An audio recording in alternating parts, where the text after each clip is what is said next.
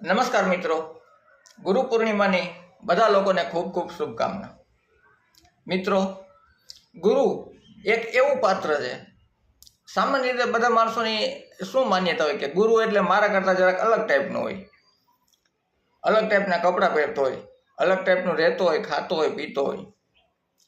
પણ ગુરુને અને આ બાહ્ય આઉટર ફેસ જે આઉટલુક કહીને આપણે એને કોઈ સંબંધ જ નથી. બાહ્ય દેખાવોથી કોઈ પણ વ્યક્તિની પહેચાન કરવી એ એક ટૂંકી બુદ્ધિની નિશાની છે. મિત્રો, ગુરુ એટલે એક હાડમાંસના પિંજરાનું નામ ગુરુ નથી. ગુરુ એ એક વિશિષ્ટ જીવન છે, ઉત્કૃષ્ટ જીવન છે. ગુરુ એક ગુણાધિકરણ અને જ્ઞાનાધિકરણનું નામ છે. જે વ્યક્તિએ ગુણ અને જ્ઞાન બંનેને સાથે રાખીને વિકાસ કર્યો છે આ ગુરુ છે.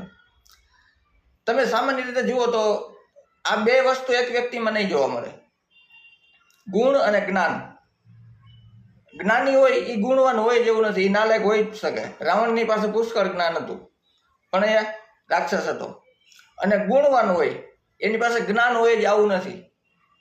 ઘણા લોકો સારા હોય દુનિયામાં પણ એની પાસે જ્ઞાન હોય જ એવું નથી, જ્ઞાની ન પણ હોઈ શકે. એટલે જે વ્યક્તિએ ગુણ અને જ્ઞાન આ બંને સાથે કેળવા છે એને ગુરુ કહેવાય. જીવનાધિષ્ઠિત અને જ્ઞાનાધિષ્ઠિત આ ગુરુની અંદર હોવું આવશ્યક છે. અત્યારે ગુરુ પરંપરા કેવી થઈ ગઈ મિત્રો, આ દેશની અંદર ગુરુ સંસ્થા છે ને બહુ જોરદાર હતી, બહુ સારી હતી. અત્યારે ગુરુઓ જન્માધિષ્ઠિત થઈ ગયા છે અને ચમત્કારાધિષ્ઠિત થઈ ગયા છે. જન્મજાત ગુરુ હોય, એનો બાપ ગુરુ હોય તો એનો છોકરો પણ ગુરુ હોય. આવું ન ચાલે મિત્રો. આપણે ડૉક્ટર ન હાજર હોય તો ડૉક્ટરના છોકરાને ઓપરેશન કરવા દઈએ છીએ, ડિગ્રી ન હોય તો નથી દેતા. જેમ ડૉક્ટરને હું મારું જીવન આપું છું એમ ગુરુને પણ હું મારું જીવન આપું છું. એની અંદર મારા આધ્યાત્મનો વિકાસ કરવાનો છે, આ જન્મનો ભાવ પાર કરવાનો હોય છે. શોર્ટકટમાં તમે અત્યારે કહો તો એમ કહી શકાય અત્યારના યુગ પ્રમાણે કે ગુરુ પૂજા ઇઝ ટર્ન ઇન્ટુ ગુરુઇઝમ. ગુરુવાદમાં પરિણમી ગઈ છે ગુરુ પૂજા. ગુરુ એ ભાવાનંદ હોવો જોઈએ. સામાન્ય રીતે આપણે ભાવાનંદમાં પણ ભોગાનંદ ઢૂંઢતા હોય, ગોતતા હોય છે. જ્યારે ગુરુ છે ને એ ભોગાનંદમાંથી પણ ભાવાનંદ ગોતી લે છે. અને જે ભવભય હરણમ હોય, ભવ એટલે આપણો આ જન્મારો, એની અંદર જે ભય છે, મોટા મોટો માણસને ભય કયો હોય? જન્મ મૃત્યુનો જ હોય ને. એને હરણ કરે ને ગુરુ કહેવાય. જન્મ મૃત્યુ અટલ છે, ટળવાનું નથી, પણ એને ઓછો કરે, જન્મ મૃત્યુનો ગભરાટ મારા જીવનમાંથી કાઢી નાખે એને ગુરુ કહેવાય. જ્ઞાન મૂર્તિમ હોય એને ગુરુ કહેવાય. જેને પોતાના જ્ઞાનથી જીવનને ચૈતન્યમય, આનંદમય અને સ્ફૂર્તિમય બનાવ્યું છે અને બીજાનું જીવન પણ એવું બનાવવાનો પ્રયત્ન કરે છે એને ગુરુ કહેવાય. દ્વંદાતીતમ, ઘણા દ્વંદ્વ છે આ દુનિયાની અંદર, રાગ દ્વેષ, પ્રકાશ અંધારું, સુખ દુઃખ, આનાથી જે ઉપર હોય એને ગુરુ કહેવાય. ગગન સદૃશમ, જે આકાશ જેવો હોય. આકાશ કોઈ દી મલિન થાય? થોડીક વાર કદાચ વાદળો આવે ને ઢાંકી દે કે આકાશને ફરક પડે? આકાશ તો સ્વચ્છ જ હોય. આ ટાઈપનું હોય એને ગુરુ કહે. તત્વમસ્યાદિ લક્ષણમ, જે તું કોણ છે તત્વમ એનું મને જ્ઞાન આપે કે તેને ત્વમસી, તત્વમસી, તેને ત્વમસી, આનું જે મને જ્ઞાન આપે આને ગુરુ કહેવાય. એકમ નિત્યમ, એ એક જ છે, એની ક્યાંય નકલ ન હોય. એકમ એને ગુરુ કહેવાય. એના જેવી બીજી કોઈ વસ્તુ જ ન હોય. અને નિત્યમ જે સતત છે, જે હંમેશા મારી સાથે રહે છે, આ ગુરુ કહેવાય. વિમલમ અચલમ, એ અચલ છે સાગરની જેમ. કદાચ અસંખ્ય નદીઓ સાગરમાં પડે તો સાગરને કાંઈ ફરક પડે? કાંઈ ફરક ન પડે. એ કાંઈ છલકાતો નથી. કદાચ એક ધારી ગમે એટલી નદીઓ આવી જાય તો જેનું જીવન આવું હોય અને બીજાનું જીવન આવું બનાવવાનો પ્રયત્ન કરે એને ગુરુ કહેવાય. સર્વદા સાક્ષી ભૂતાનામ, આ છે ને મિત્રો મહત્વની વસ્તુ છે.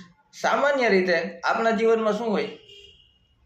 આપણે કરતા હોય અને ભગવાન સાક્ષી હોય, ત્યારે ગુરુના જીવનની અંદર ભગવાન કરતા હોય અને એ સાક્ષી હોય, આને ગુરુ કહેવાય.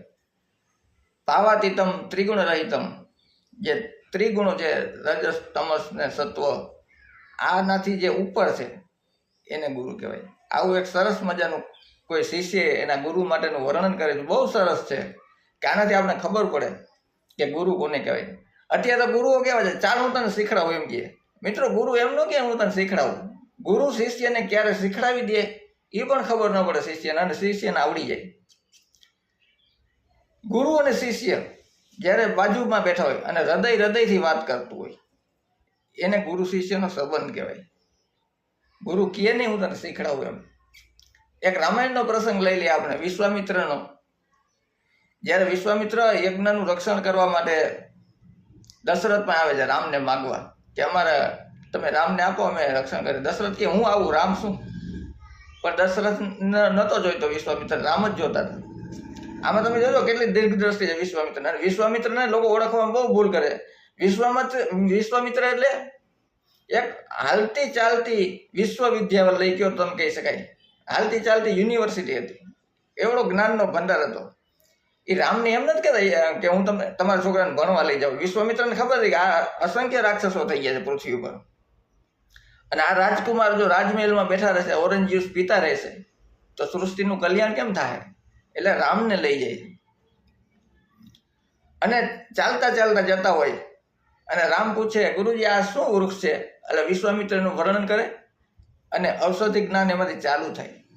રાત્રે ખુલ્લા આકાશ ઉપર નીચે બેઠા હોય, રામ પૂછે, ગુરુજી આ કયો તારો છે? એટલે વિશ્વામિત્ર એનું વર્ણન કરે અને ખગોળ શાસ્ત્રનું જ્ઞાન ચાલુ થાય. આને વિદ્યા કહેવાય, આને ગુરુ કહેવાય મિત્ર. તો આવી ગુરુ પૂર્ણિમા, આવા ગુરુ જેને મળે એ ખરેખર ભાગ્યશાળી છે. બાકી શિષ્યનું વિત હરવાવાળા નહીં, પણ શિષ્યનું ચિત્ત હરવાવાળા ગુરુ મળવા જોઈએ, એવા ગુરુ હોવા જોઈએ. તો આપણા જીવનનો ઉદ્ધાર થાય, અને તો ખરેખર ગુરુના ચરણોમાં પગે લાગ્યા એવું વાસ્તવમાં સાર્થક થાય. તો મિત્રો, આજે આપણે અહીંયા પૂરું કરીએ. ફરી મળીશું નવા વિડીયો સાથે. ધન્યવાદ.